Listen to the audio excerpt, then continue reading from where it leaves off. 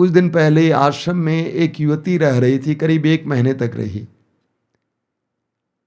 वो प्रार्थना के लिए आई थी। उसका एक लड़के के साथ प्रेम था। लड़के के माँ बाप को इसका पता चला तो उन्होंने कहा कि ठीक है, हम तुम लोगों को शादी करने देंगे। लेकिन लड़के के माता पिता ने उस लड़की से कहा, तुम 1 महीने के लिए आश्रम जाना, मातृधाम जाना और प्रार्थना में समय बिताना। मैंने उस लड़की में काफी परिवर्तन देखा।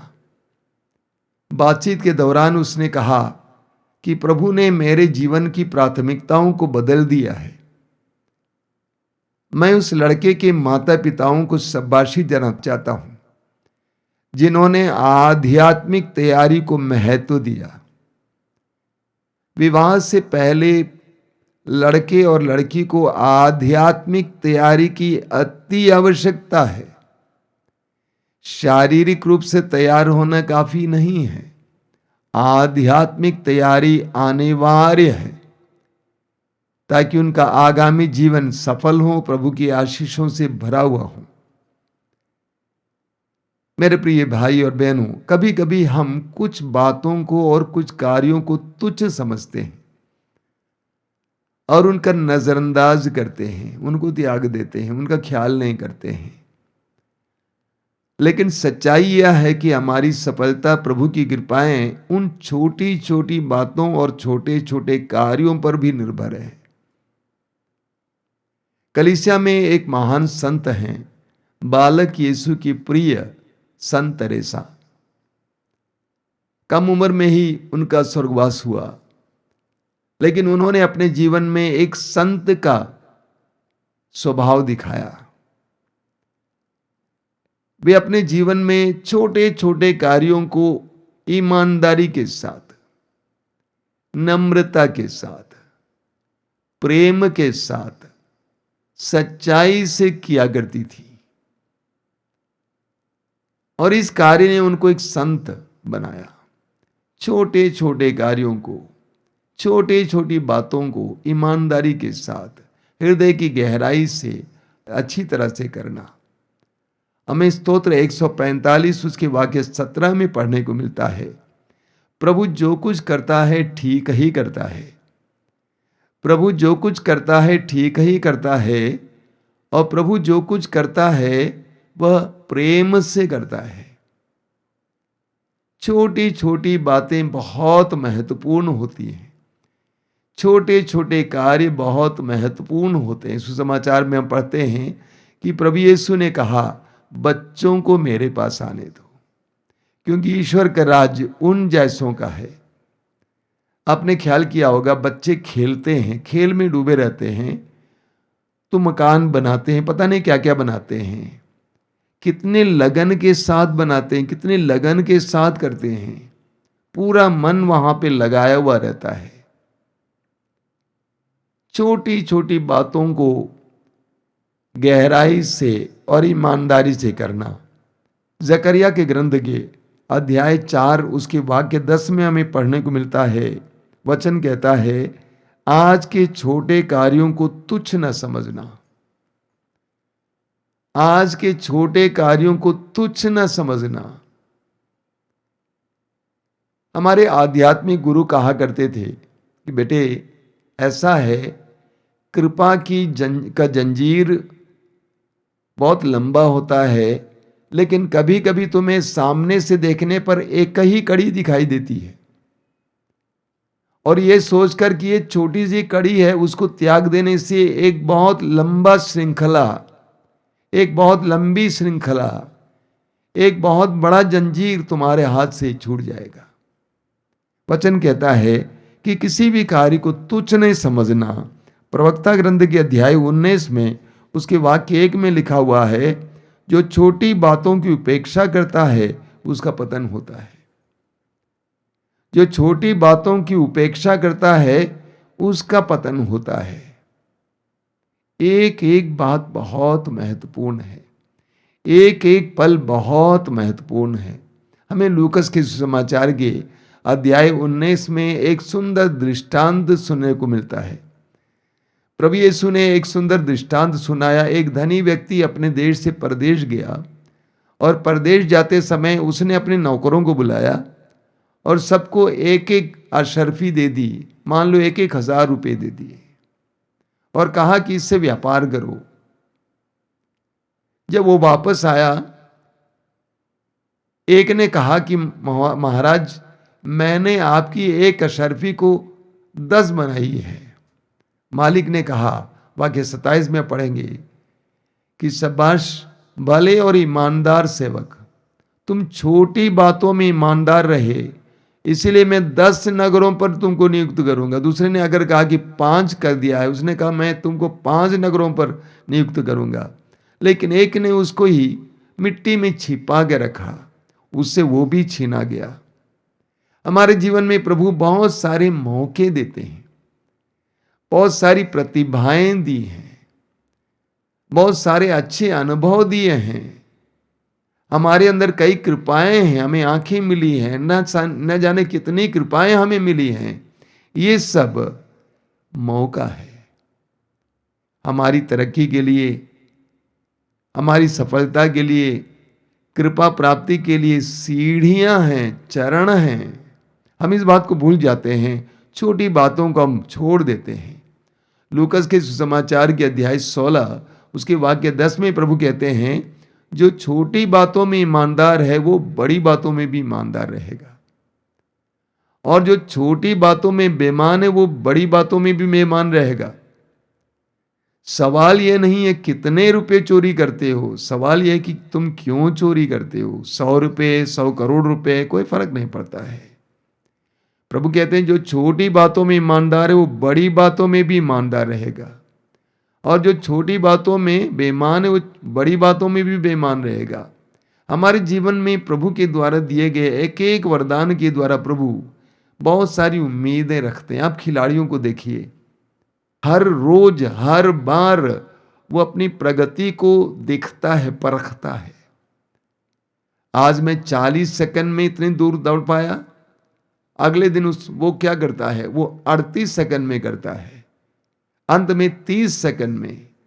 एक एक पल बहुत महत्वपूर्ण है, एक एक कदम बहुत महत्वपूर्ण है। कलाकारों को देखिए, अपने आप को आंकते हैं, कितने लोग हमें फॉलो करते हैं, कितने लोगों से हमें ये मिला है, धीरे धीरे आगे बढ़ता है।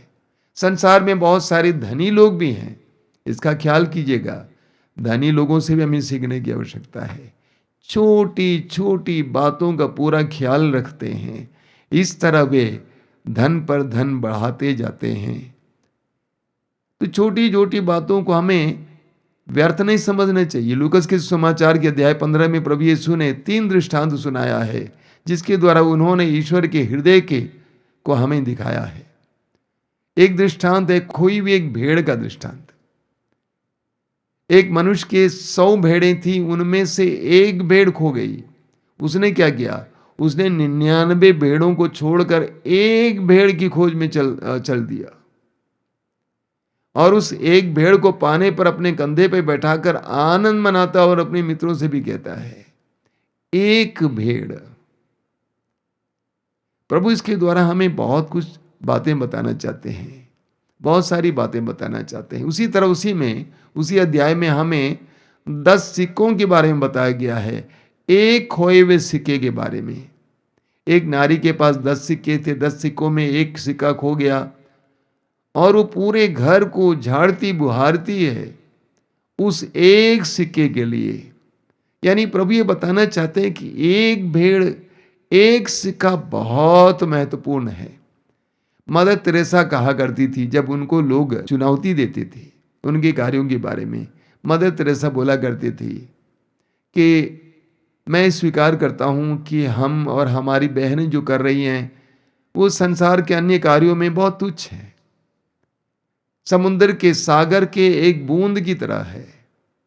लेकिन अगर हम उसको करना बंद करेंगे तो सागर में एक बूंद की कमी महसूस होगा। उसी तरह एक एक बात बहुत महत्वपूर्ण है। हमें न्यायकर्ताओं के ग्रंथ के अध्याय 6 में एक बहुत सुंदर उदाहरण मिलता है, गिदयोन का उदाहरण। मिदियानी इस्राएलियों पर आक्रमण किया करते थे और इस्राएलियों का जीना मुश्किल कर देते थे। इस्राएलियों की फसलें बर्बाद करना, उनका सब कुछ का सर्वनाश करना। ऐसे में हम पढ़ते हैं गिदयोन नामक एक युवक कुछ गेहूं की दौरी कर रहा था चोरी छिपे, और वहां पर स्वर्गदूत दिखाई देता है और स्वर्गदूत ने कहा प्रभु आपके साथ है। तो गिदयोन ने कहा कि अगर प्रभु हमारे साथ होते तो हमारे जीवन में ये सब विसंगतियां, ये सब विपत्तियां क्यों आ रही हैं। और स्वर्गदूत कहता है कि तुम्हें जाकर मिद्यानियों से लड़ना होगा। तो वाक्य 15 में क्या लिखा हुआ है, गिदयोन स्वर्गदूत से कहता है क्षमा करें महोदय, मैं इस्राएल को कैसे बचा सकता हूं, मेरा कुल मनस्से में सबसे दरिद्र है और मैं अपने पिता के घराने में सबसे छोटा हूं। वो कहता है कि हमारा वंश, हमारा कुल सबसे दरिद्र कुल है और मैं घर का सबसे छोटा हूं, मैं कैसे मिद्यानियों को हरा सकता हूं। लेकिन आगे आप पढ़ेंगे कि कैसे उसी गिदयोन के जरिए ईश्वर ने मिद्यानियों को हरा दिया। जिनको हम तुच्छ समझते हैं, छोटा समझते हैं, वास्तव में छोटे नहीं हैं। शमूएल के पहले ग्रंथ के अध्याय 17 में हम दाऊद के बारे में पढ़ते हैं। इस्राएली सेना फिलिस्ती सेना के सामने युद्ध के लिए तैयार खड़ी थी। 40 दिन तक युद्ध नहीं चला क्योंकि फिलिस्ती सेना से एक बहुत बड़े खूंखार योद्धा बाहर आता है और कहता है तुम में से एक आकर मुझसे द्वंद्व युद्ध करो, मुझे हराओ तो हम हार मान लेंगे। इस्राएलियों में एक भी वीर नहीं निकला जो जाकर उससे लड़े। ऐसे में दाऊद, वो जवान लड़का किशोर, उस गोलियत से लड़ने के लिए आता है। वो राजा के पास जाकर कहता है कि मैं उससे लड़ूंगा। राजा शाऊल ने कहा तुम तो किशोर हो, वो तो लड़कपन से वीर योद्धा है, उसका शरीर देखो। लेकिन हम जानते हैं दाऊद ने एक चिकने पत्थर के सहारे गोलियत को मार गिराया। हम जिन जिन बातों और जिन जिन लोगों को तुच्छ समझते हैं, उनके जरिए प्रभु बड़े बड़े कार्य कर सकते हैं। ईश्वर की दृष्टि में कोई भी बात तुच्छ नहीं होती है, कोई भी व्यक्ति तुच्छ नहीं होता है। मत्ती के सुसमाचार के अध्याय 18 वाक्य 10 में प्रभु कहते हैं सावधान, इन नन्हों में से किसी को भी तुच्छ नहीं समझना, क्योंकि उनके दूत ईश्वर के सामने ईश्वर के दर्शन करते हैं। प्रभु कहते हैं नन्हों में से किसी को भी तुच्छ नहीं समझना, सभी महत्वपूर्ण हैं। मत्ती के सुसमाचार के अध्याय 25 वाक्य 40 में प्रभु यीशु अंतिम न्याय के बारे में बताते हैं। तो वहां प्रभु कहते हैं इन मेरे भाइयों में से किसी एक के लिए, चाहे वो कितना ही छोटा क्यों ना हो, तुमने जो कुछ किया तुमने मेरे लिए ही किया है।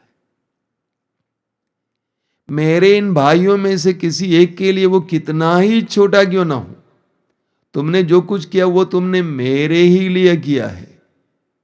बताइए, प्रभु यीशु कहते हैं कि छोटे से छोटे व्यक्तियों में यीशु निवास करते हैं। किसी भी बात को, किसी भी समय को, किसी भी कार्य को, किसी भी चीज को तुच्छ समझना प्रभु की योजना के विरुद्ध है। हमें योहन के सुसमाचार के अध्याय 6 में पढ़ने को मिलता है रोटियों के चमत्कार के बारे में।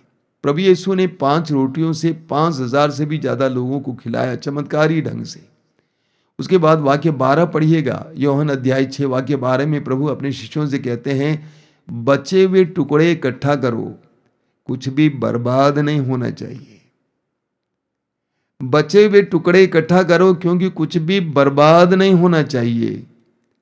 कुछ भी बर्बाद नहीं होना चाहिए मेरे भाई और बहनों। हर बात, हर चीज, हर मौका हमें ईश्वर की ओर से मिलता है। पहला कुरिन्ती अध्याय 4 वाक्य 7 बार बार आपने सुना है। संत पौलुस याद दिलाते हैं अपने लोगों को, आपके पास क्या है जो आपको दिया नहीं गया है। आपके पास क्या है जो आपको दिया नहीं गया है। सब कुछ ईश्वर की देन है। मैं देखता हूं कितने ही लोग समय बर्बाद करते हैं। टीवी के सामने, मोबाइल्स में, मनोरंजन में, बातचीत में कितने ही लोग समय बर्बाद करते हैं। कितना बड़ा नुकसान है। एक बहुत सुंदर गीत है, उसमें बताया गया है, हर पल जो गुजर जाता वापस नहीं आता है। हर पल जो गुजर जाता वापस नहीं आता। कितने लोग धन बर्बाद करते हैं शराब में, मनोरंजन में, कपड़ों में।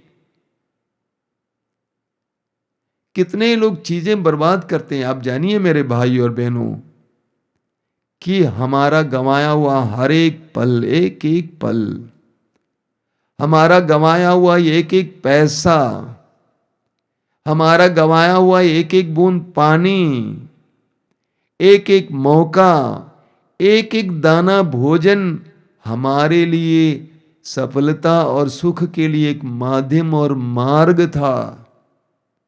हमें कुछ भी बर्बाद नहीं करना चाहिए। किसी भी चीज को तुच्छ नहीं समझना चाहिए। किसी भी काम को तुच्छ नहीं समझना चाहिए।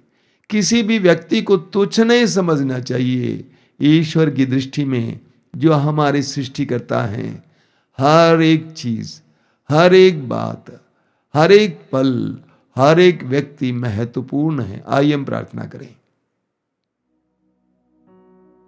प्रभु यीशु, धन्यवाद देते हैं तेरे इन पवित्र वचनों के लिए।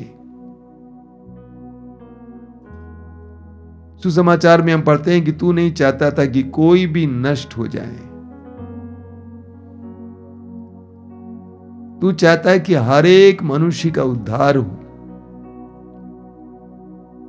प्रभु यीशु, समय हम प्रार्थना करते हैं, हमारे जीवन में बहुत सारी बातों को हम तिरस्कार करते हैं छोटा समझकर। बहुत सारे कार्यों को हम पूर्ण नहीं करते हैं छोटे समझकर। हमारी बुद्धि को खोलिए, हमें इस बात का एहसास कराइए। आशीर्वाद और कृपाओं की श्रृंखला कई छोटी छोटी कड़ियों से बनती है। हमें सद्बुद्धि दीजिए, गहराई दीजिए।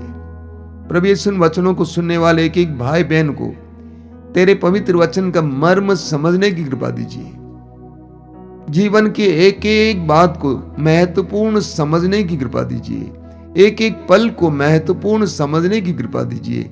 एक एक अवसर को महत्वपूर्ण समझने की कृपा दीजिए। हमारी प्रार्थना को ग्रहण कर प्रभु। आमीन।